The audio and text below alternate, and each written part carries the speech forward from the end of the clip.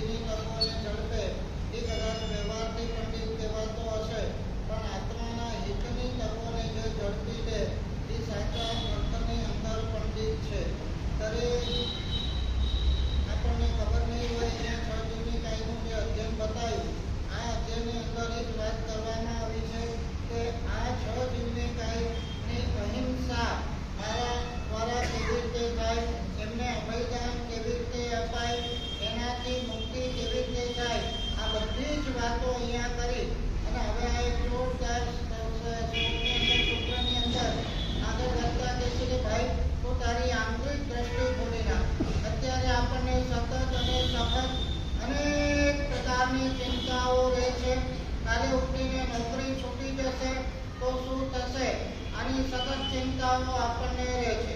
Share બજારની અંદર રૂપિયાઓ રોકેલા છે, કદાચ ભાવ ડાઉન થઈ જશે તો શું થશે એની સતત ચિંતાઓ આપણને રહે છે. દીકરીને મેળવી છે સાસરે, ઝઘડા ટંટાઓ થાય છે, મેળ પડતો નથી, કાલે ઉઠીને પાછી આવશે તો એનું શું થશે એની ચિંતા આપણને સતત સતાયા કરે છે. દીકરો સીએ ની અંદર છે, પાસ થશે કે નહીં. એક દીકરી હમણાં કહેતી હતી 9મી વર્ષીય ની એક્ઝામ આપે છે, અડધી જિંદગી પૂરી થઈ જાય. આ ચિંતાઓ છે. 10મામાં 12મામાં આવે, મા બાપને ટેન્શન થઈ જાય હજી આવતા ને પહેલા. ઘણી વખત અમને કે મારા સાહેબ 12મું છે, મોટા નહીં આ 12મું સમજી લેવાનું, કોનું 12મું છે ભગવાન જાણે. 12મું આવે એટલે જાણે 12મું થઈ જાય. આ બધી ચિંતાઓ આપણને છે. ક્યાંક રોગોની ચિંતાઓ પણ આપણને છે, ક્યાંક રૂપિયા ફસાઈ ગયા એની ચિંતાઓ પણ આપણને છે. એક ચિંતા ખાલી આપણને નથી, અને ચિંતાનું નામ છે આપણી મુક્તિની ચિંતા, આપણા અમરત્વની ચિંતા, આપણી કર્મની મુક્તિની ચિંતા, અને એના કારણ રૂપે આપણા દોષોની ચિંતા. જૈનેતરોના શાસ્ત્રોની અંદર પણ આ અમરત્વ શબ્દને બહુ મહત્વ આપવામાં આવ્યું છે. યમરાજ જ્યારે ઓલા નચિકેતાને પૂછે છે, આમ માંગ, તારે વરદાન માંગવું હોય તો માંગ. અને એ વખતે નચિકેતા ખાલી એટલું જ કહે છે, મને મોતનું સ્વરૂપ તમે સમજાવો અને મને અમરત્વનો માર્ગ તમે બતાવો. આપણે તો બહુ સમજેલા છીએ, આપણને તો ભગવાનના શાસ્ત્રો મળ્યા છે, આપણને તો પદાર્થો, સિદ્ધાંતો અને મૌલિક તત્વજ્ઞાન મળ્યું છે, જે દુનિયામાં કોઈને મળ્યું નથી. ત્યારે આપણને તો એમ સમજવું જોઈએ કે મારે અમરત્વનો માર્ગ જ અપનાવવો છે. આ સંસારમાંથી ગમે તેટલી સિદ્ધિના શિખરે પણ પહોંચશું ને, આજે તમે જોઈ લો દુનિયાની વિવિધ ક્ષેત્રની ટોચ ઉપર પહોંચેલી વ્યક્તિ પણ અંતે તો છે ને અધ્યાત્મ ન હોવાના કારણે અને સ્પિરિચ્યુઅલિટી ન હોવાના કારણે, ગુરુના આશીર્વાદ ન હોવાના કારણે ટોપ ઉપર પહોંચ્યા પછી પણ તમે એનાલિસિસ કરશો તો તમને ખબર પડશે એ લોકો પણ ડિપ્રેશનમાં ઘૂસી જાય છે, એ લોકો પણ આપઘાતના વિચારો કરી નાખે છે. એ પણ 10,000 કરોડની સંપત્તિ એકઠી કરી સમાજની અંદર ટોપ લેવલની નામના પ્રાપ્ત કરી નાખી, સિદ્ધિના શિખરે પહોંચી ગયા. દુનિયાના ખૂણે ખૂણે એમની નામના થતી હોય, પણ વ્યક્તિગત જ્યારે ઇન્ટરવ્યુ લેવામાં આવે તો ખબર પડે કે બાપરે બાપ, આ તો કેવા માણસે છે. કેમ કે એમને હવે ખબર નથી કે ભાઈ હવે શું, અહીંયા પહોંચી તો ગયા ને. એક વાત સમજી રાખજો પ્રવીણભાઈ, ટોપ ઉપર પહોંચવું બહુ સહેલું છે, ટોપ ઉપર ટકી રહેવું બહુ કઠણ છે. પહોંચી તો જવાય એક વાર, અને પહોંચ્યા પછી ત્યાં ટકી રહેવાની સ્ટ્રગલ બહુ અઘરી છે. પહોંચવાની સ્ટ્રગલ છે, પણ પહોંચવાની સ્ટ્રગલમાં એક હોંશ હોય છે, એક જુસ્સો હોય છે, એક તાલાવેલી હોય છે. એટલે પહોંચી તો જવાય છે, પણ ત્યાં પહોંચ્યા પછી ટકવું બહુ અઘરું હોય છે, અને ટકવાની સ્ટ્રગલ તો બહુ જ અઘરી હોય છે. ઘણમ જાણે પંડીએ બહુ જ એક માર્મિક સૂત્ર છે. ભાઈ, તું તારા અવસરને ઓળખજે. અત્યારે તને બધી જ અનુકૂળતા મળી છે. શરીર સારું મળ્યું છે, મન સારું મળ્યું છે, સંયોગો સારા મળ્યા છે, બધી સદગુરુઓ મળ્યા છે, સમજણ મળી છે, ધર્મની સામગ્રીઓ મળી છે, ધર્મ કરવાની બુદ્ધિ મળી છે, સત્વ મળ્યું છે. હવે એક જ વાત છે, સાધી દે. અને જે સાધે છે એ પંડિત કહેવાય છે. તક સાધી લીધી એનો મતલબ છે પંડિત. આપણો એક જ ટાર્ગેટ છે. દુનિયાની કદાચ સિદ્ધિ નહીં મળે તો ચાલશે, પણ આત્માની સિદ્ધિ તો મારે જોઈએ જ છે. અત્યારે કોઈની નિકટ ના પહોંચું તો ચાલશે, પણ મારે મારા આત્માની નિકટ તો પહોંચવું જ છે. દુનિયા કદાચ ભૂલાઈ જાય તો ચાલશે, પણ મારો આત્મા એક પળ પણ ભૂલાય એ તો નહીં ચાલે. સતત અને સતત આપણી માનસ પટલમાં આપણો આત્મા આપણા સેન્ટરમાં રહેવું જોઈએ. જ્યાં અને આત્મા પોતે પરમાત્મા બે એકની એક જ ચીજ છે. તમે પરમાત્માને યાદ કરો છો એનો મતલબ કે તમે આત્માને યાદ કરો છો. તમે આત્માને યાદ કરો છો એનો મતલબ છે કે તમે પરમાત્માને યાદ કરો છો. આત્મા અને પરમાત્મા અભિન્ન ભાવે રહેલા છે. આત્માના જે ગુણો છે, ગુણો પરમાત્માના છે. પરમાત્માના જે ગુણો છે તે આત્માના છે.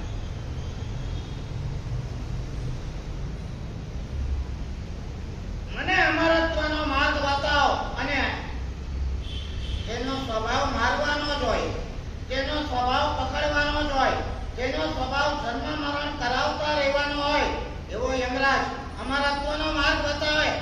તું મારા સકંજામાંથી છૂટી જાય, કાયમ માટે અજર અને અમર થઈ જાય. Not possible at all. વરદાન માંગવા કીધું ને વરદાન માંગ્યું ત્યારે યમરાજને પણ કહેવું પડ્યું, ભાઈ આના સિવાયનું વરદાન માંગને.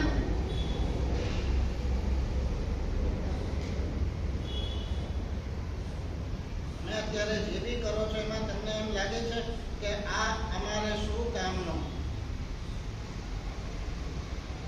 આપણી દ્રષ્ટિમાં ખાલી આપણો સંસાર, આપણું કુટુંબ, આપણો પરિવાર, આપણું શરીર અને આપણું સુખ, બસ આટલું જ છે.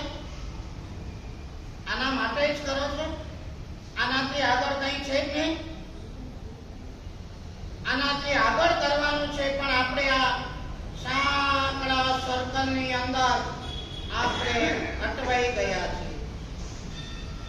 કે જે સર્કલ અહીંયા મૂકીને જવાનું છે, જે સર્કલ અહીંયાથી ગયા પછી આવવાનું નથી, એ સર્કલ માટે કરેલા કર્મો અહીંયાથી આયા વગર રહેવાના નથી. દરેક વાતમાં એમ થાય, આ મારે શું કામનું? આમાં મારું હિત શું છે? મને શું કામ લાગવાનું છે?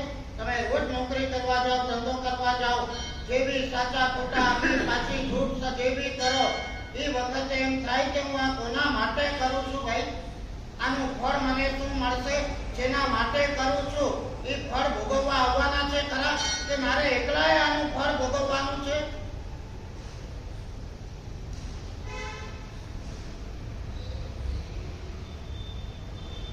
નચિકેતાએ એટલું જ કીધું અને અમરત્વનો માર્ગ બતાવો. મદાલસાએ પોતાના દીકરાને એટલું જ કીધું, ભાઈ તું આ સંસારની મોહ માયામાં ફસાવા માટે અહીંયા નથી આવ્યો, પણ આ મોહ માયામાંથી મુક્ત થવા માટે તમે આવ્યા છો. એક દીકરો, બે દીકરો, ત્રણ દીકરા, ચાર દીકરા, 5, 6, 7 પારણામાં ઝુલાવતી જાય મદાલસા. સિદ્ધોથી, બુદ્ધોથી, નિરંજનોથી સંસાર માયા પરિવર્તિતો છે.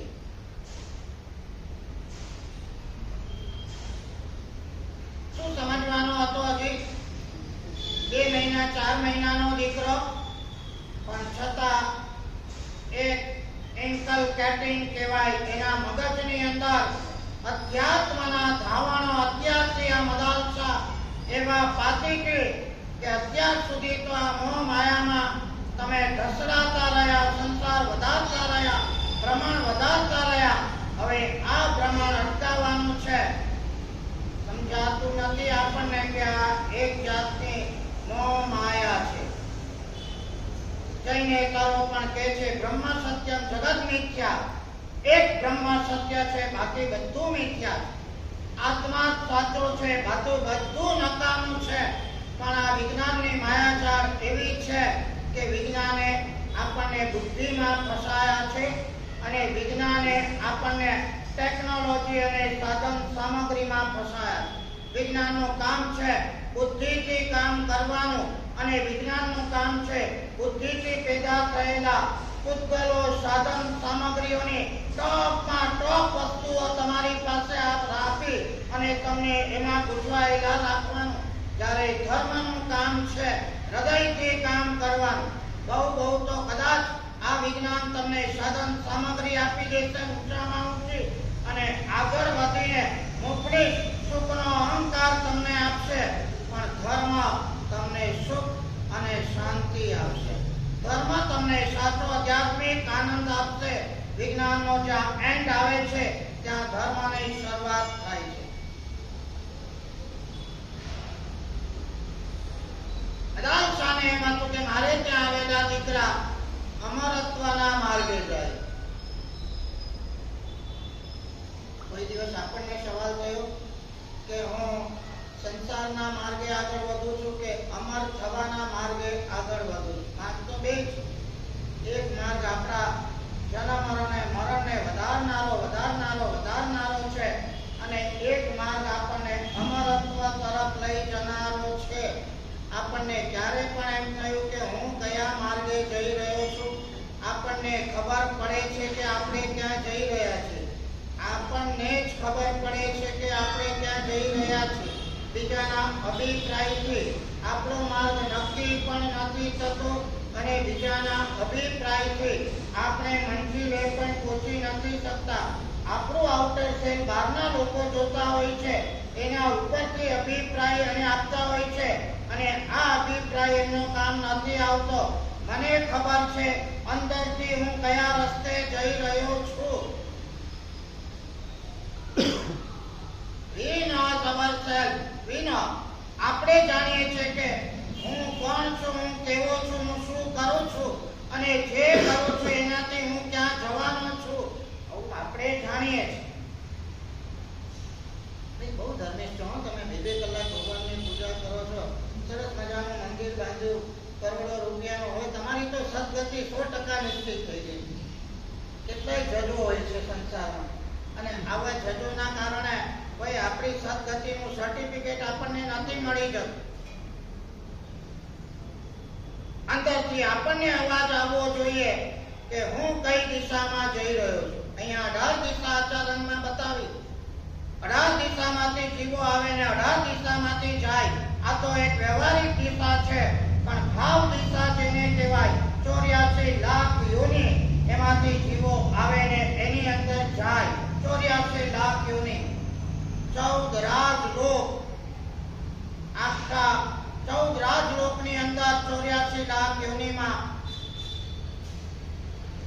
એક જંકશન હોય ને, જંકશન ઉપર પણ ફ્રીક્વન્ટલી ગાડીઓ આવતી જતી હોય. એરપોર્ટ ઉપર પણ પ્લેનોના લેન્ડ અને અપલેન્ડ થતા જોઈએ મિનિટે. એવી રીતે હું તમને કહું છું કે આ 84 લાખ યોનિમાં એટલું બધું કન્જેસ્ટેડ ટ્રાફિક છે.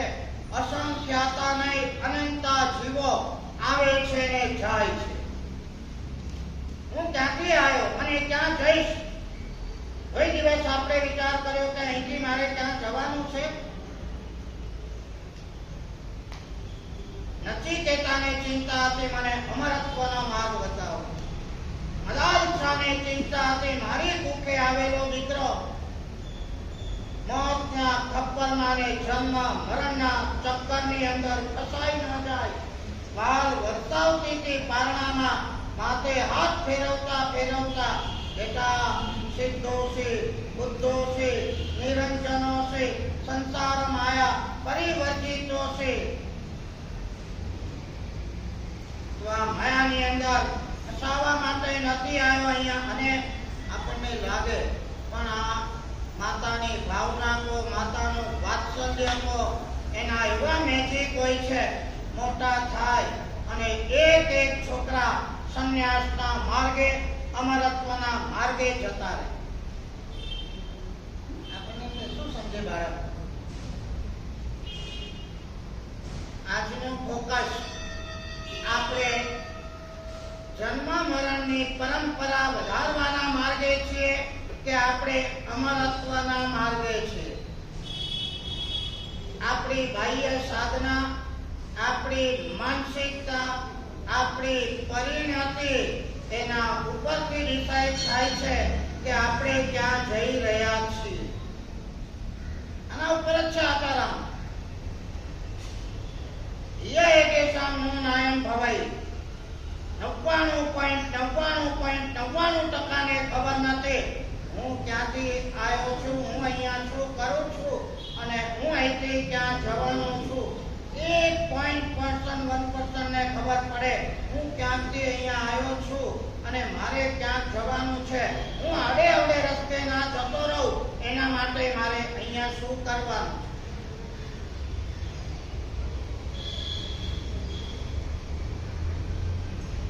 બધા જ વેદો, બધા જ ઉપનિષદો, બધા જ આગમો, બધી જ વિદ્યાઓ એમાં પારગામી બનીને જ્યારે આર્ય રક્ષિત આવે ત્યારે એની માં આખું ગામ ઊંટે લેવા માટે પણ માં જાય નહીં। ખબર છે ને? વાર્તાનો વિસ્તાર નથી કરતો, હાથની વાત કરું છું।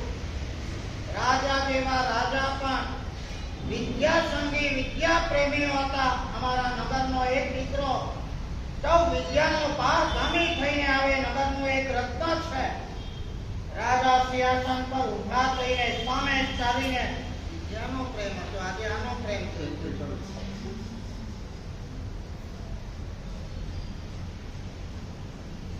પંડિતોની કિંમત આજે ઝીરો થઈ ગઈ છે। પાઠશાળાના ટીચરોની કિંમત આજે જાણે ગયેલા પાઠશાળાના બેન કે સર હોય એટલે કેટલું ગૌરવ હોવું જોઈએ જે આપણા બાળકોને ધાર્મિક સંસ્કરણ આપતા હોય એનું ગૌરવ કેટલું। મયંકભાઈ પછીનો છૂટી જશે હું વાત કરીશ તો આજે એવા સેંકડો ધાર્મિક ટીચર છે જેને માત્ર મહિને 1500 રૂપિયાનો પગાર છે। 1500 ના 2000 કરતા ટ્રસ્ટીઓને પસીનો છૂટી જાય છે મહિને વાત છે। આપણને મહિને 1.5 લાખ ઓછા પડતા હોય તો આ 1500 માં કેવી રીતે? અને આપણા પાઠશાળાના બેન એટલે જાણે હા ઓલા ગયેલા જ કોઈ કિંમત જ નહીં સમાજમાં, કોને આગળ બેસાડો તમે?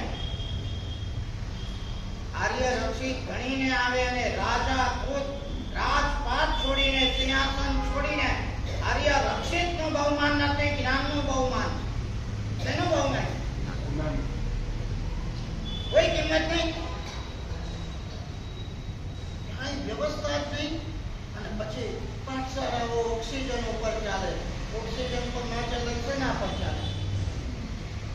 બહુ શરમ આવે છે મને, વ્યથા પણ એટલી છે। પછી બચ્ચું પેદા નથી થયું, કોન્વેન્ટમાં આપણે કેજીમાં મોકલવું છે, પ્લે ગ્રુપમાં, અને 2-3 લાખ રૂપિયા તમે આપી દો અને અહીંયા પાઠશાળાના શિક્ષકો એટલે બાપડા બિચારા જાણે કોઈ જ્ઞાનનું બહુમાન જ નહીં। અને આ રીતે જો બાળકો તૈયાર નહીં થાય તો સાધુ કેવી રીતે મળશે તમને ફ્યુચરમાં ભણેલા?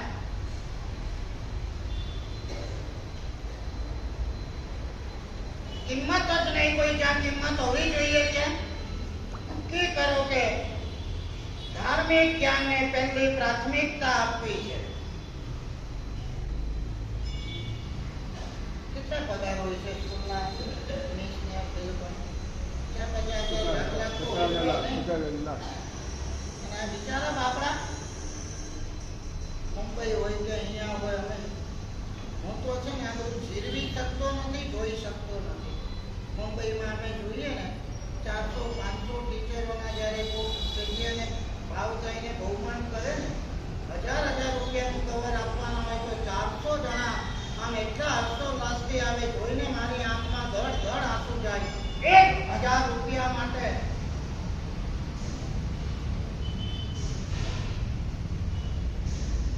જેના ઉપર આખું શાસન ટકેલું છે, એ જ્ઞાનનું દાન કરનારા શિક્ષકોને આજે આ દશા.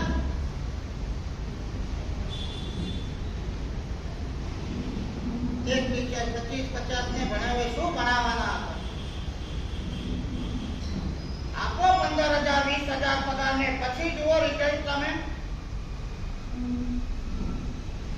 પહેલા તો આપણા હૃદયમાં જ્ઞાન પ્રત્યેનું બહુમાન હોવું જોઈએ, અને આ જ્ઞાન એ આપણા અમરત્વનો માર્ગ છે.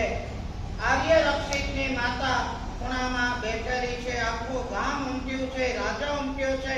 હાથીની અંબાડી ઉપર આર્ય રક્ષિતને લાવવામાં આવે છે, પણ એક બાજુ આખા ગામને, એક બાજુ માં નથી તો કઈ નથી.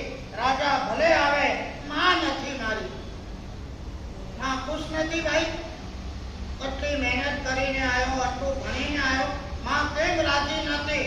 અને આખા સમયમાં એની નજર માત્ર માં તરફ છે.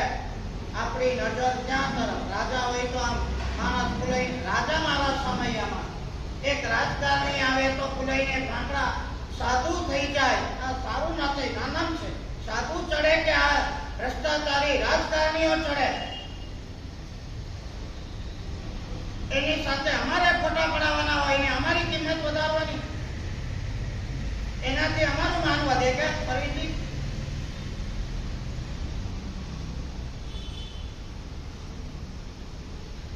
માર્ગ ભૂલાય છે.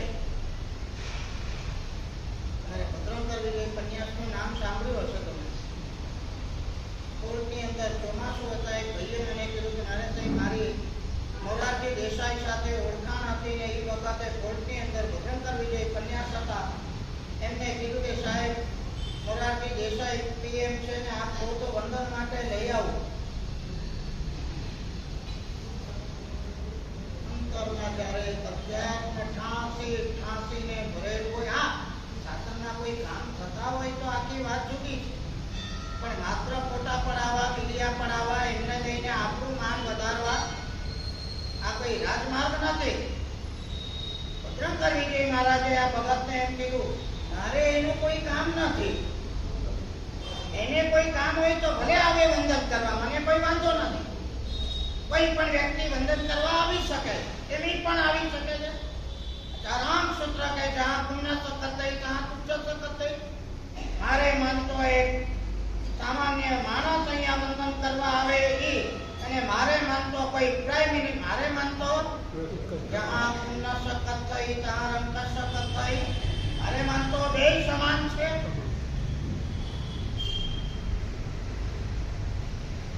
અને પગમાં પડે આર્ય રક્ષિત માં તું ખુશ નથી? આખું ગામ ઉમટ્યું છે, રાજા ઉમટ્યો છે, કે બેટા હું કેમ ખુશ હોઉં?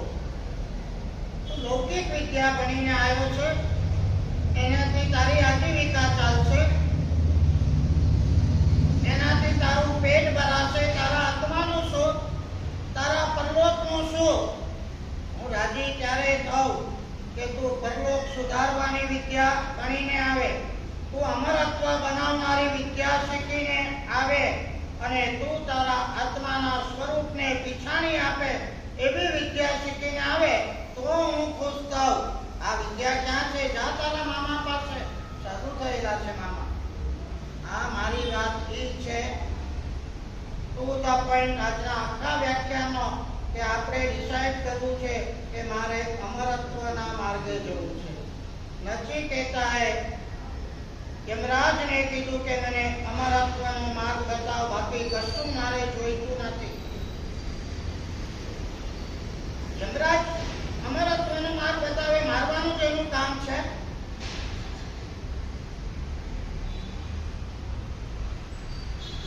અદાલ શાહ એના દીકરાને જન્મતાની સાથે અમરત્વનો માર્ગ બતાવે. આપણા પરમાત્મા મહાવીર દેવથી માંડીને સુદામા સ્વામી, જંબુ સ્વામી, શ્રીલંકાચાર્યથી માંડીને તમામ પૂર્વાચાર્યો આ આચાર્ય વગેરે શાસ્ત્રોના માધ્યમે આપણને અમરત્વનો જ માર્ગ બતાવે છે. અને અહીંયા પણ આર્ય રક્ષિતને આ મા કહેવાય, મા.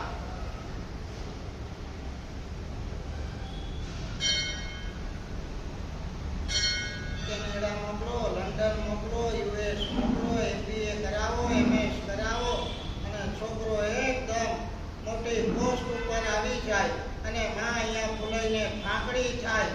એના પરલોકનું જે થવું હોય તે થાય, એના સંસ્કારનું જે ખુરદો બોલાવવો હોય એ બોલાવાય, એને રેણી કરીને મોજ મજાની અંદર ગમે તેવા ચીકડા કર્મો બાંધતા હોય એ બાંધે. એને ભલે ધર્મ કરવાનો ટાઈમ ન મળતો હોય, શાસ્ત્રોના અધ્યયન કરવાનો ટાઈમ ન મળતો હોય અને સાચી સમજણ દ્વારા આત્માભિમુખ થવાનો અવસર ન મળતો હોય, કઈ નહીં. આ લોક મીઠા તો કોણે ગાપે દીઠા. Eat, drink and be merry, tomorrow you shall die. यानी ऊंची पोस्ट ઉપર છે ને ફૂલાઈને ફાકડા થનાર મા બાપો સાચા હિતૈષુ નથી. કારણ કે ત્યાં ગયા તો બેટા અરે તો અહીંયાનો પ્રોગ્રેસ કર, તારી રીતે, તારી બુદ્ધિ, તારું પુણ્ય, તારી હોશિયારી, તારું પ્રોગ્રેસ અને રાજી છીએ. પણ બેટા ધર્મને ભૂલતો નહીં, ભગવાનને ભૂલતો નહીં, આત્માને ભૂલતો નહીં. ટાઈમ મળે તો એક સામાયિક કરી લેજે, મેડિટેશનમાં બેસી જજે ને 5 કલાક કોઈ સારા પુસ્તકનું વાંચન કરજે. આવું દીકરાને કહેનારા કેટલા કેટલા એમ કોઈ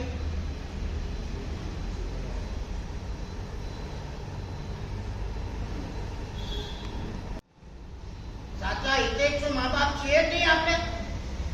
નથી આવતી આર્ય રક્ષિતને માં આપણી સામે. એ સમયનું ટોપમાં ટોપ વિદ્યાભ્યાસ કરીને આવે અને માં નારાજ.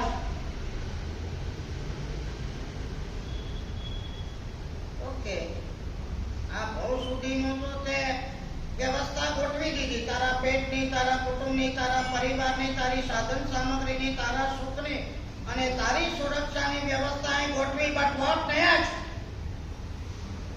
નથી ભાઈ, આ જરા નથી ચાલતી, સમય નથી ચાલતો, આગળ વધવાનું નથી, આગળ ડેડ એન્ડ છે, સ્ટોપ છે. અહીંથી આ બહુ પૂરો થઈ ગયો એટલે ડેડ એન્ડ, વાત પૂરી ન યાર, શું પૂરું ના થતું. વોટ નેક્સ્ટ બહુ મોટો પ્રશ્ન, આપણો જ પ્રશ્ન છે, આપણે જ પૂછવાનો છે, આપણી જાતને જ પૂછવાનો છે ને આપણે જ જવાબ આપવાનો. What next?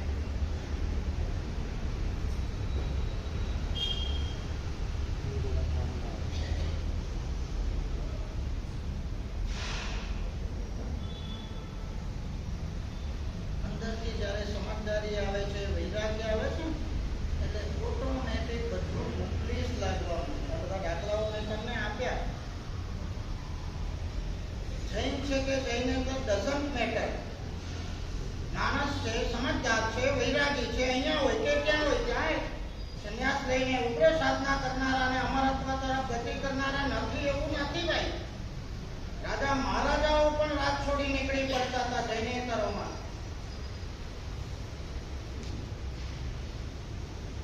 યાજ્ઞવલ્ક્યને વૈરાગ્ય થઈ ગયો ને પત્ની મૈત્રેયીને કહી દીધું કે ભાઈ મને તો હવે વૈરાગ્ય થયો ને હું તો જઉં છું સંન્યાસના માર્ગે, અમરત્વના માર્ગે. તું અહીંયા શાંતિથી રહે, તારી વ્યવસ્થા થઈ ગઈ છે, જિંદગી ભર તને દુઃખ નહીં પડે ને સુખની રેલમ છે તને રહેશે એટલી વ્યવસ્થા કરી અને હું જાઉં છું. યાજ્ઞવલ્ક્યની પત્ની મૈત્રેયીને કહે છે, એવા સુશીલ હળુકર્મી આત્માઓ તમે જાઓ છો, મને મૂકીને જાઓ અને તમે જેને છોડીને જાઓ છો મને એની કે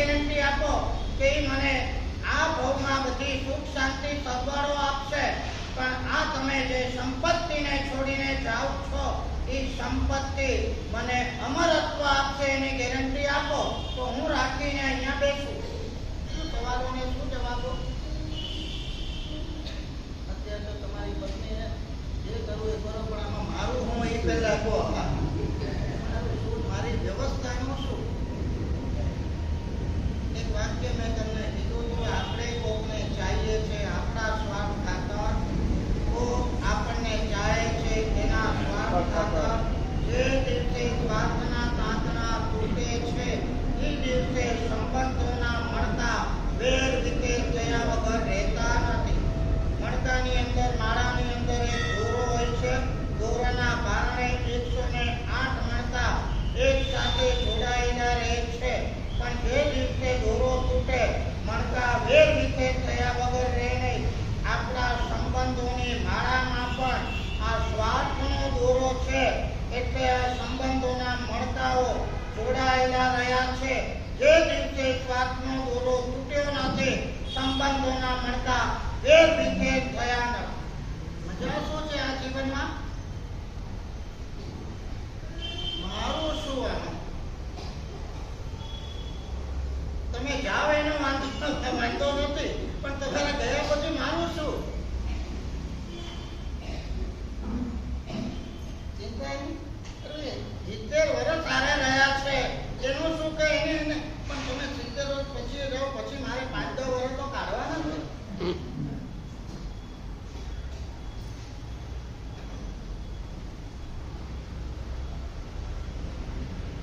લાગણી, પ્રેમ, વાત્સલ્ય ને આત્મીયતા જો સાચી હોય ને, તો આપણા સુખની પ્રધાનતા ન હોય, સામેવાળી વ્યક્તિના સુખની પ્રધાનતા હોય. ભાઈ તમે જ્યાં છો ને, તમે સુખી છો એમાં હું સુખી છું, આ લાગણી હોય. ઘણી ના હોય તો જલ્દી પાછા આવી જાઉં, તમારા વગર ગમતું નથી, પણ એને તારા વગર ક્યાં વધારે ગમતું હોય તો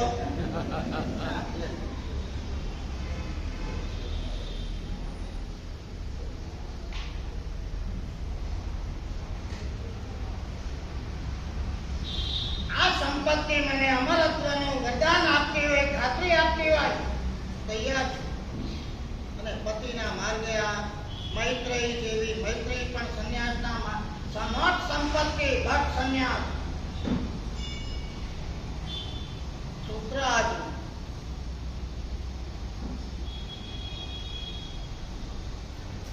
આ મૈત્રી યાજ્ઞ વગરને કે એના નાહમ અમૃતામ શ્યામ તેન કિમ, જેનાથી હું અમરત્વ પ્રાપ્ત કરી શકતી ન હોઉં તેનાથી મારે શું? આ એક વાક્ય કોતરી નાખવા જેવું છે. સંપત્તિ હોય, વસ્તુ હોય, સંબંધો હોય, વ્યવહારો હોય, મોજ મજાઓ હોય, ખાનપાનો હોય, સત્તાઓ હોય, આ ટાઇટલ તમે લગાવો, અહીંયા દિવાલ ઉપર લખી રાખો, એ નાહમ અમૃતમ શ્યામ, જેનાથી હું અમરત્વ પ્રાપ્ત કરી શકતો ન હોઉં તેના કેમ, તેના વડે શું કામનું કે જે મને અમરત્વ પ્રાપ્ત ન કરાવતું હોય. ત્યારને બદલે સમજી ગયો કે પત્ની મારા કરતા વધારે ચડિયાતી વિરાગી છે. તારે આ બધા દાખલાઓ એટલા માટે આચારામની ધારામાં કહેવા પડે છે કે આ બધા દ્વારા ડિસાઇડ આપણે નક્કી કરવું છે કે હું અમરત્વના માર્ગે મારે જવું છે, અને અત્યારે હું શું કરી રહ્યો છું કે જેના કારણે હું આગળ વધી રહ્યો છું કે પાછળ હટી રહ્યો છું. સમજવાનું નથી ખબર પડતી. જ્યારે આપણે ખોટું કરીએ, કોન્શિયસ ટાઈપ ના થાય કે આપણે આ અમરત્વના માર્ગની વિપરીત દિશામાં જઈ રહ્યા છીએ. સારું કામ કરીએ, ભક્તિમાં હોઈએ, શુદ્ધ ભાવમાં હોઈએ, ત્યારે એમ થાય કે આપણે અમરત્વના માર્ગે આગળ વધી રહ્યા છીએ. દુઃખની વાત એ હોય છે કે અમરત્વના માર્ગે એક ડગલું આપણે આગળ વધીએ અને એની પીછે હટના માર્ગે 100 ડગલા આગળ વધતા હોઈએ. વ્યવહારથી કો, ક્રિયાથી કો, દોષોથી કો, પુણ્યપાપથી કો, શુભ અશુભ પ્રવૃત્તિથી કો, શુભ અશુભ વિચારોથી કો, બધા જ મેથેમેટિક્સથી વિચાર કરીએ તો તમે વિચારજો કે શુભ કરતા અશુભ 1000 ગણું છે, શુભ પ્રવૃત્તિ કરતા અશુભ પ્રવૃત્તિ 1000 ગણી છે, બીજા વ્યક્તિના સદભાવ કરતા અસદભાવો 1000 ગણા છે, બીજાને આગળ વધારવાની ભાવના કરતા ટાટિયા ખેંચવાની ભાવના 1000 ગણી છે. આ બધું જ આપણને એ સૂચવે છે કે અમરત્વ તરફ એક ડગલું આગળ વધીએ અને 100 ડગલા પાછળ જઈએ.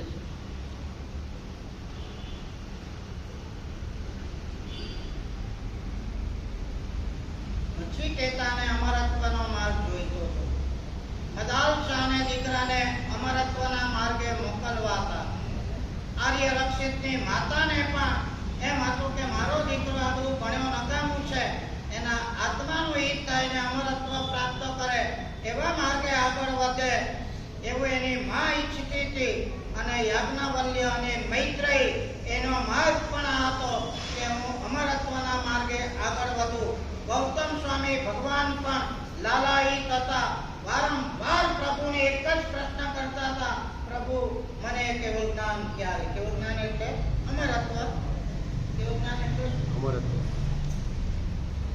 કોઈ દિવસ આપણને પ્રશ્ન થાય છે હું ક્યારે છૂટીશ, ક્યારે કેવળ જ્ઞાન થશે, ક્યારે કર્મોના ભૂકા બોલાશે, ક્યારે મોક્ષમાં જઈશ, ક્યારે આ સંસારમાંથી છૂટીશ?